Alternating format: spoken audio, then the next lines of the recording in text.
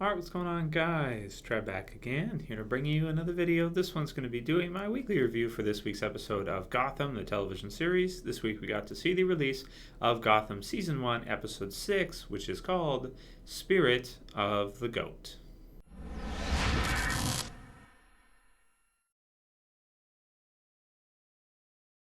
Alright, and as always, my reviews do contain spoilers. If you have not seen the episode yet, you probably don't want to watch this. So, that said, this week's episode, again, Gotham just continuously impressive. This week was actually one of the better villains, I felt like, or one of the better episodes in terms of like a new villain created for the series. I don't know of any hypnotist spirit goat lady in the Batman comic books. I mean, maybe there's something there. There's so many, it's hard to keep track over the years of, hundreds and hundreds, if not thousands, of different Batman comic books that all have different villains and different characters and just all kinds of different things happening. So, but I did like this film a lot. I thought it was really, really cool, and I really liked what it did for Bullock. It really made the viewer, at least for me anyway, really like Bullock a lot more and kind of understand where he's coming from and why he behaves the way he does. From his old partner we saw in a flashback sequence 10 years prior, with you have this crazy guy who he calls, I think is Whitey or something like that. And he believes that he is possessed by this spirit of the goat, and he wears this, this mask with horns, and he's like sacrificing people, and this kind of stuff. Just a really creepy, brutal, scary type of villain. So as we go through the episode, we've got the flashback sequence. We see that Bullock's old partner was actually injured as a result of him kind of going in and trying to be a hero, and his old partner saying is that no heroes in Gotham type of thing, and we quickly find out why. It's because as they rush in there to try to save this girl, he ends up getting hurt, and the next thing you know, he's in a wheelchair, and we see him in the time skip. Probably as a result, we're to assume as a result of the injury he suffered from taking down this spirit goat guy. So it was a really, really scary, really creepy intro, and I really liked it. I mean, it was good because, Halloween is this week, of course, so I don't know if they did that on purpose. They put this episode then, but it really worked out nicely in terms of, the type of villain that they chose for Halloween week, because it was a really scary villain. Now, the thing I like the most about it is kind of that mystery of 10 years later, you have a new one that is doing exactly the same thing as the older one. So at first they think it's a copycat, and then they start to find out it's not a copycat, so maybe there's either something supernatural going on here, which in comic books you can never count out. DC, of course, if you guys seen Constantine and that, that does exist in the DC universe, but the Gotham TV series, it kind of makes you think, which way are they going with this? Is it going to be some kind of supernatural thing, or is it going to be practical? And I really liked how they showed us afterwards that it was pretty practical, as we find this female hypnotist who has basically been hypnotizing these guys into doing this to try to some kind of crazy motivation to try to send a message to Gotham's rich for their greed and leaving so little for the ones at the bottom, because in Gotham you have a huge separation of which is becoming more and more prevalent, all across North America today than it used to be.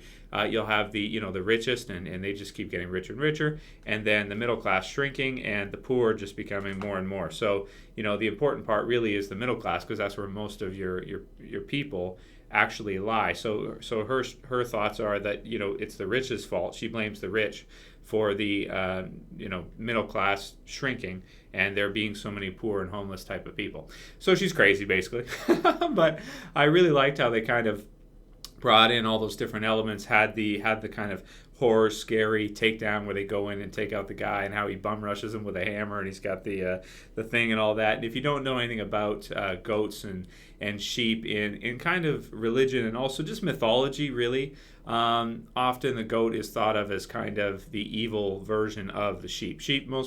When people are referred to as, that type of animal, sheep would be referred to as the good, and goats as the bad, because they're ugly, they have horns and all that, and you can get into that whole Baphomet type of thing with that, and and I liked how they kind of included that as well too. So it makes sense for the episode, because that's been something that's kind of been part of worship for people that are in satanic cults and things like that. And I liked also how they had his old partner that was talking about possibly a conspiracy, some kind of cult or something like that, which it seemed to be at first, but then of course we found out afterwards it wasn't. But all in all, I really liked the villain, thought it was really, really interesting, really scary, and it really did a lot for Bullock. I like Bullock a lot more now, and I understand now why he was not so happy to take on Gordon under his wing, because he was afraid that Gordon was going to be a hero like that and get him injured the way Bullock had unfortunately done with his previous partner or mentor, so to speak.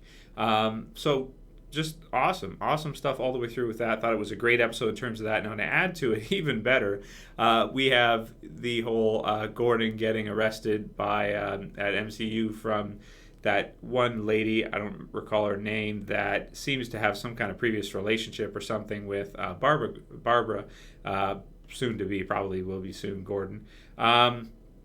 So we have her arresting him, and that whole thing of whether or not he killed Cobblepot kind of coming back in again. And I just love the ending when the Penguin just walks in the door of the police station. He's like, "Oh yeah, that's I'm Oswald Cobblepot. You're arresting him for no reason because he didn't kill me. I'm right here." So it was just a really, really well done, really cool reveal right in the midst of everything. He just walks in, he's got a smile, and just an awesome. Man, like, I know every review I do this, and I recognize that I do it, but I feel compelled to talk about how awesome the Penguin is in Gotham. He's the standout character for me so far. Gordon's cool, Bullock's awesome, especially after this episode, but my favorite character in terms of like a villain so far has to be the Penguin. He's amazing. And I also like, too, how they have the scene with him and his mom. They kind of show his mom is kind of crazy and talking about who he can trust. And he just loves Gordon. He'll do anything for him because he feels like Gordon saved his life. So, well, twice now, really, when you think about it. So he's willing to do whatever it takes for Gordon. So I'm interested to see what happens with the story now. Is one of the cops going to let Falcone know that actually the Penguin's still alive, that Cobblepot is still alive, and that Gordon didn't do what he was told. So really awesome developments, really great episode overall, and definitely for me, every week is a must-watch. Gotta check out Gotham at this point. It's just an amazing show, a lot of episodes they're putting out, 22 this season, and great villains, great episode to episode intensity, new concepts, new villains, original, just a lot of fun. In terms of this episode, for a score, I'm going to give it a 9 out of 10. I loved it. Every episode of Gotham is just incredible, and this one was one of the best we've had so far, I'd have to say. So a 9 out of 10 for me. Let me know what you guys thought about this week's episode of Gotham. If you had a chance to check it out, write in the comments below what you thought, what you think of the series so far now, maybe who your favorite villain, who your favorite characters are. There was also some stuff in here for the Riddler, which was fun too. I like his character too. He's kind of weird and creepy and doesn't have much luck with women, it seems. So that was fun too. Anyway, I've gone on for quite a bit, so I'll call it here. If you guys like the video, please do me a favor. Please thumb it up below. If you're new here, you want to see weekly reviews for Gotham, feel free to subscribe. And yeah, that's it for this one, guys. I'll see you for the next one. As always, it's Trev. I'm saying peace.